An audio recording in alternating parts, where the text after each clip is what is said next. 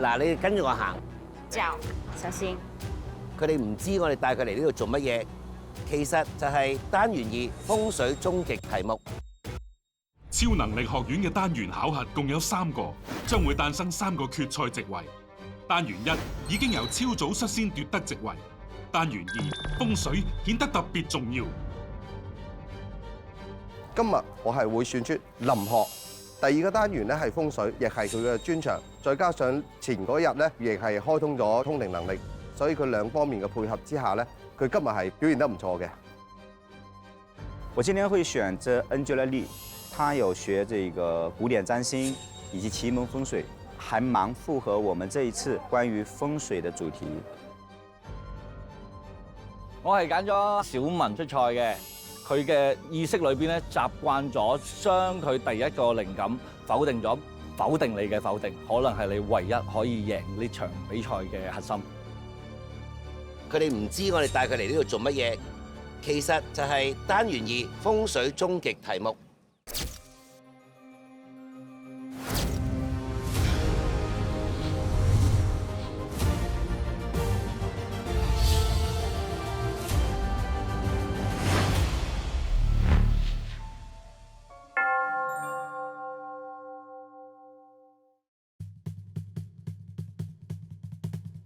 為咗公平起見，3位學員喺完全唔知情嘅情況下，被通知嚟到集合地點。請你哋每一個人將個手機交俾我，跟住我就會將你哋嘅眼蒙咗。好恐怖啊！ OK。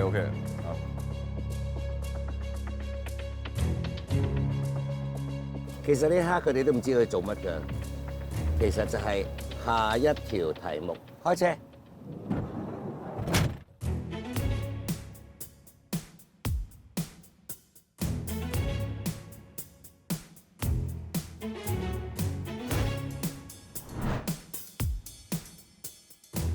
嚟。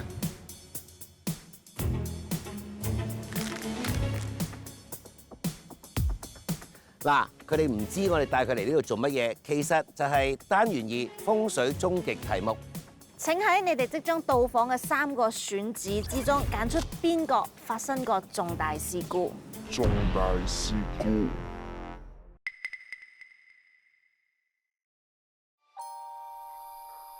喺怡保有好多都市傳說，今次我哋揀出呢3個地方，都係俾人稱為經典猛鬼聖地。究竟看似陰森嘅建築物，係咪真係發生過重大事故呢？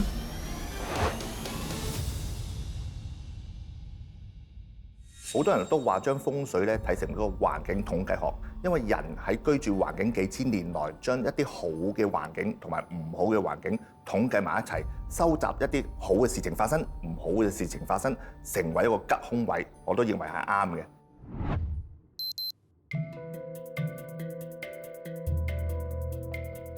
喺我身後邊呢一棟咧，就係1963年建成嘅公共屋邨，咁所以佢樓高15層，有啲人就叫佢做15樓。咁喺馬來西亞人心目中咧，呢邊咧可以話係經典嘅鬼屋啊！好多大膽嘅人士咧嚟到怡保呢邊咧，一定要過嚟探險一下。嗱，所以3位挑戰學員咧，就要用佢哋嘅超能力去探索下呢度有冇發生過大型事故。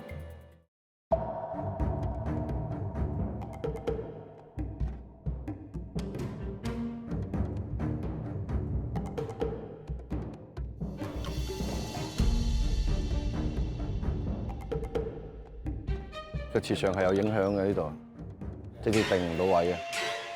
喺15樓呢個地方啊，第一個地點啦，好邋遢。我同林學嘅羅盤會歪啊，一定好位就會歪。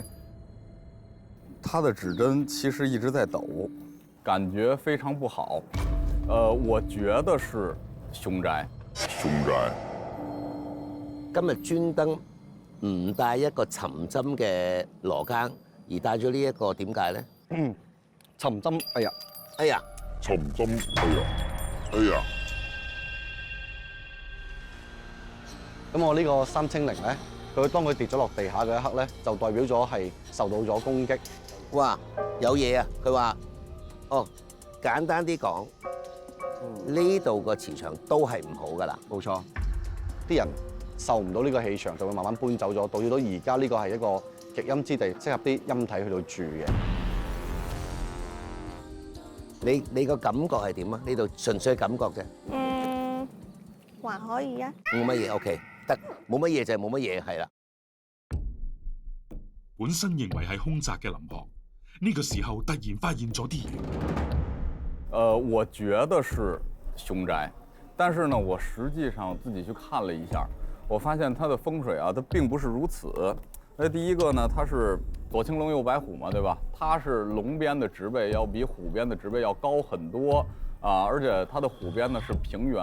那其實基礎風水來講啊，它是講的是寧可青龍高萬丈，不可白虎強壓頭。那白虎主什麼？主凶災。那它青龍已經高了，對吧？首先這一點，我覺得它應該不會有太凶的事情發生。三位學員對於15樓係咪發生過重大事故，似乎眾說紛紜。考核仍然要繼續。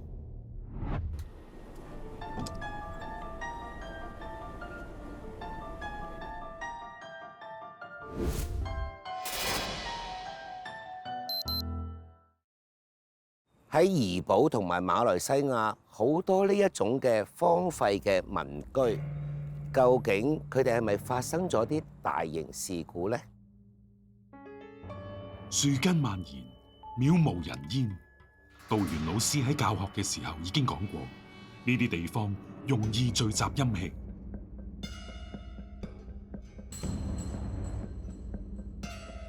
去到的時候，可能我看到那個景象，我害怕，所以我可以感受到我的心跳會很快。然後再來呢，就是我看到那邊的環境，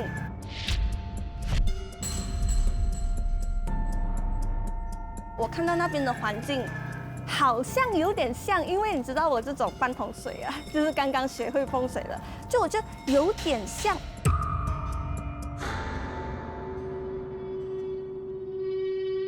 我在找它的周邊有沒有什麼建築物啊，然後包括有沒有什麼比較特別的東西啊，就我們學術上叫特神。特神。啊，就比如說，旁邊都是綠色的樹嘛，突然出來一個紅色的樹，啊，那個就叫特神。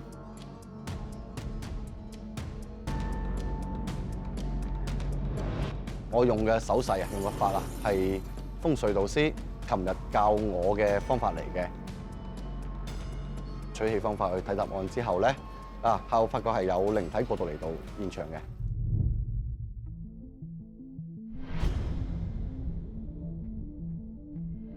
喺現場嗰一刻咧，因為同靈體溝通啊，我會發覺佢哋好多嘢喺度講，成站圍住你，哇哇哇哇咁樣。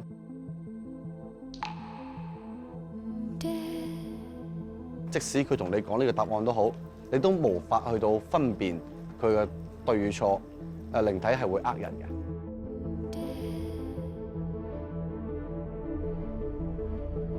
這個我就起了一卦，上坤下坤，變為上坤下坎。我是怎麼想的？從福位變成絕命，肯定是要死人啊。但是今天是辛丑日，那辛丑日的話呢，它是空亡在震卦，出現什麼問題才會導致裡頭發生重大案件呢？比如房塌了，地震了。地震的確可以造成重大事故，唔通呢度就係佢哋要揾嘅答案？天色漸黑，仲有最後一個地方。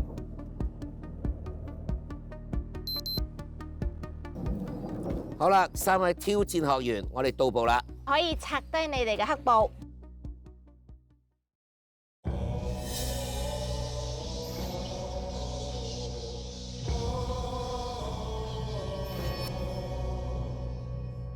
喺上個世紀嘅60、70年代，喺我身後邊係一個印度村莊。第3個選址就係你哋面前嘅印度村。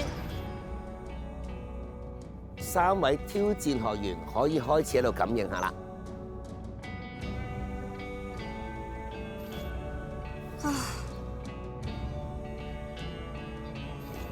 這也是有点难度，因为这个发生很久以前了嘛。然后对于我这个风水小白来说，我很难取向，所以我现在想看山，但是没山，然后有点暗，对我来讲真的有点难度。林鹤，你现在是在用什么方法在算呢？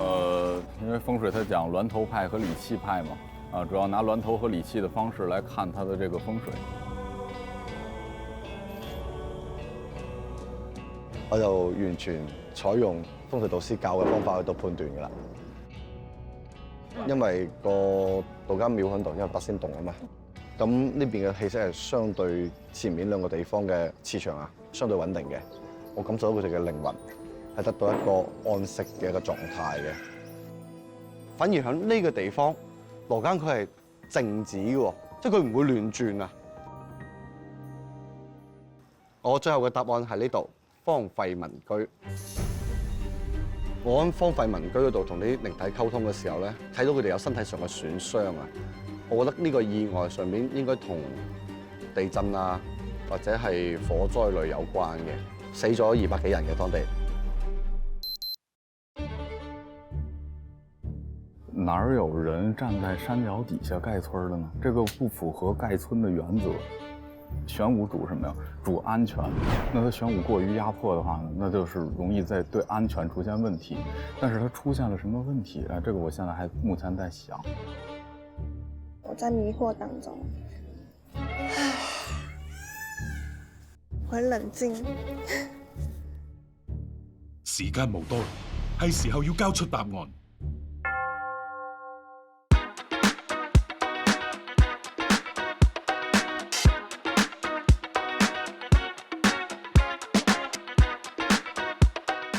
到底3个选址里面哪一个曾经发生过重大事故？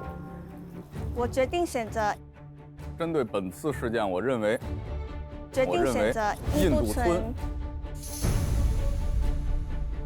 这里青龙是空的，然后白虎呢，就是太高了，就会虎压，就压着这个镇的人。庙是什么呀？是锁水的、锁气的。那它是要在锁什么呢？就是会发生天灾的地区，然后龙脉断的地区都会建那个寺庙。在这块总是出现什么奇奇怪怪的怪声四起，所以它也可以定为一个特神。究竟佢哋3個邊個答啱？超能力學院第2個單元嘅考學題目風水，我哋馬上要開估個答案就係。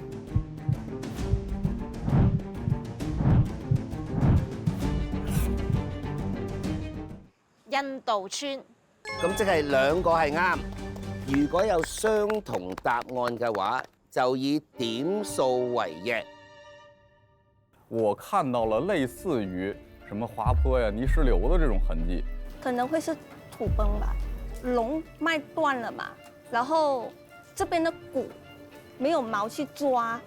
我起了一個卦象，上離下坤變為上乾下坤。離和坤互為6煞，乾坤互為延年，他從福位變成絕命，死人了，對吧？然後他在，我看一下啊，你別緊張，慢慢來，慢慢來。我有點激動，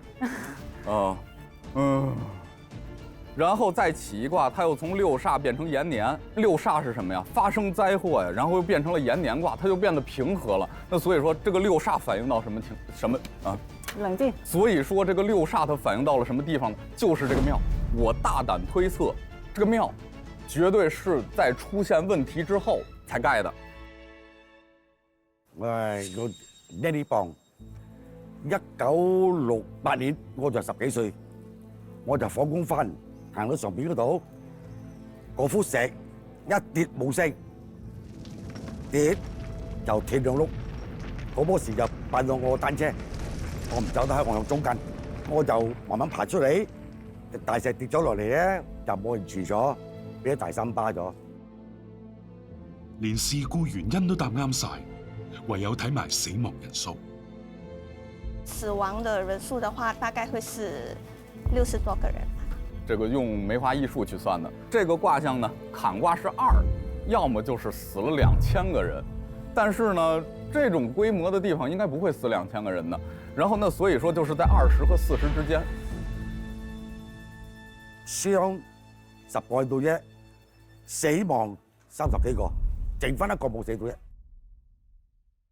Angeline， 你嘅死亡人數同林學係有距離，而正確嘅答案係林學贏咗，恭喜晒林學！恭喜林鶴，恭喜晒！亦都恭喜晒能組嘅導師發明，非常之精彩，恭喜晒你哋！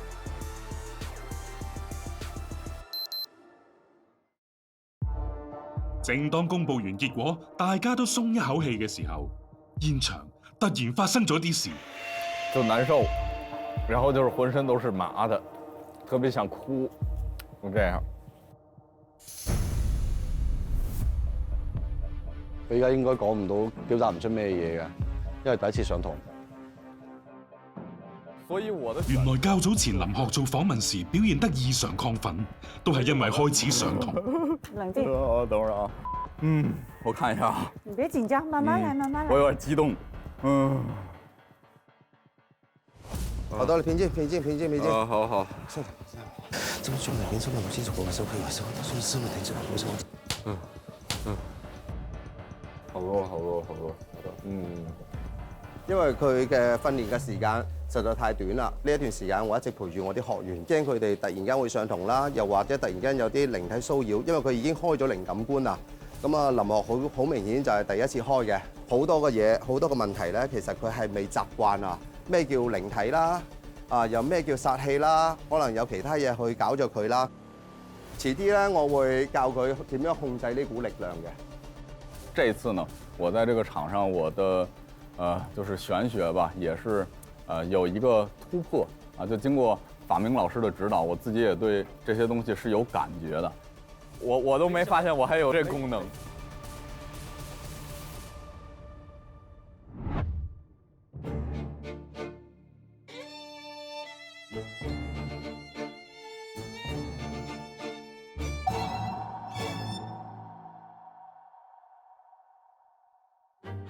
中國嘅八卦鏡、印度嘅念珠、西方嘅塔羅牌，呢啲法器究竟只係一件工具，定係真係擁有神秘力量？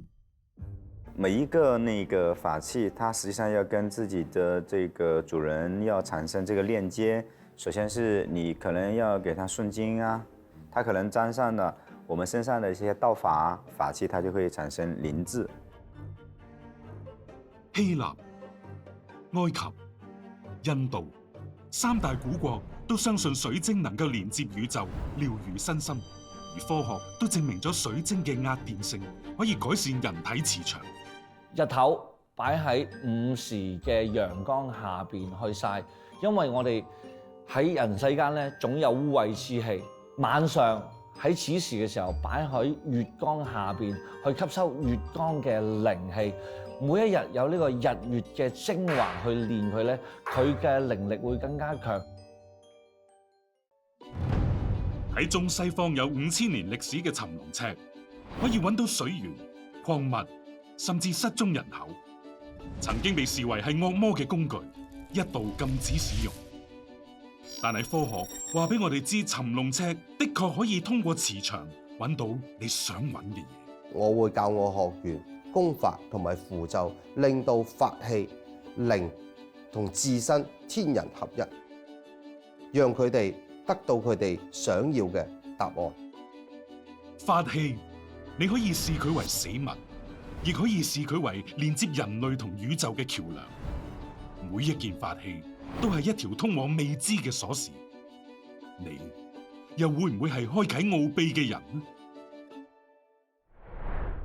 法器係大師傅嘅神助攻，一物在手，透視過去，預知未來。所以揀啱自己嘅法器，增強佢嘅能量至關重要。一個曾經發掘過無數礦石嘅地方，唔知道會唔會為單元3增添些神秘力量？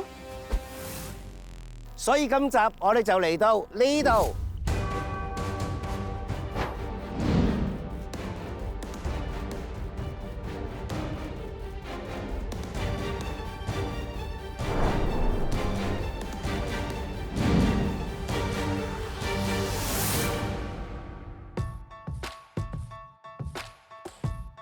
我覺得這邊的磁場能量很強，因為它係礦石嘛。因為呢邊嘅環境啊，同埋係佢個風水比較好，所以我感覺都係比較舒服嘅。今天心情其實還不錯。聽到這個領航拿到了一個席位，是非常的開心的。壓力亦都減少咗少少啦。是我們很有信心。喺礦石場嘅另一個角落，瀝組嘅氣氛完全唔同。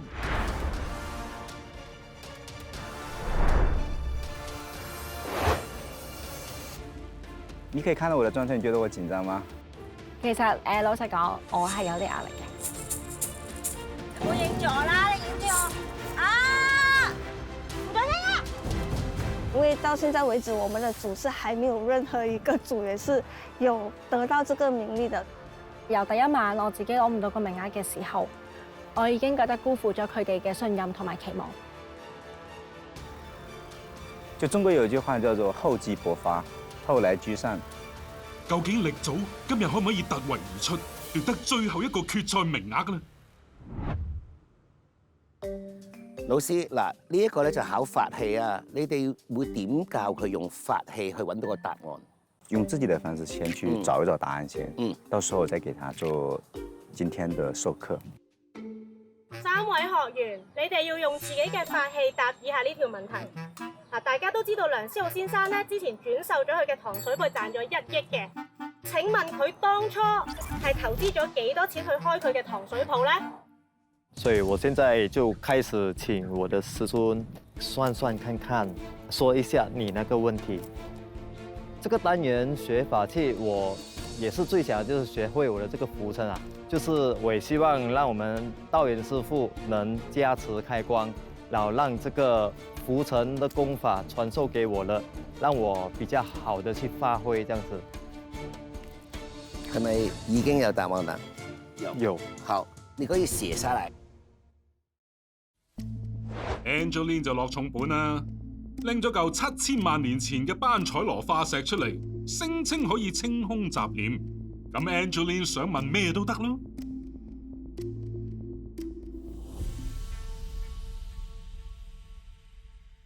其實我用到嘅工具或者法器都好多啦，包括我嘅塔羅牌啊、權杖啊、我嘅沙鈴啦，同埋我嘅鼓啦。其實萬物皆有靈，佢哋都有佢哋嘅智慧，佢哋都有佢哋嘅能量喺度，所以我哋會當一個好朋友咁樣同佢傾偈啊，用個心同佢連結。我會開始連結你嘅能量，為你洗牌。抽3張牌俾我先，呢間糖水鋪啟動嘅時候嘅情況。跟住我想你諗住個數值過18,000萬。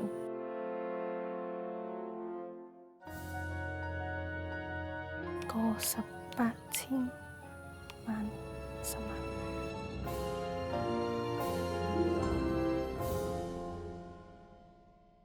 瀝組咧嘅3位挑戰學員咧都已經有答案啦，馬上揭曉你答案。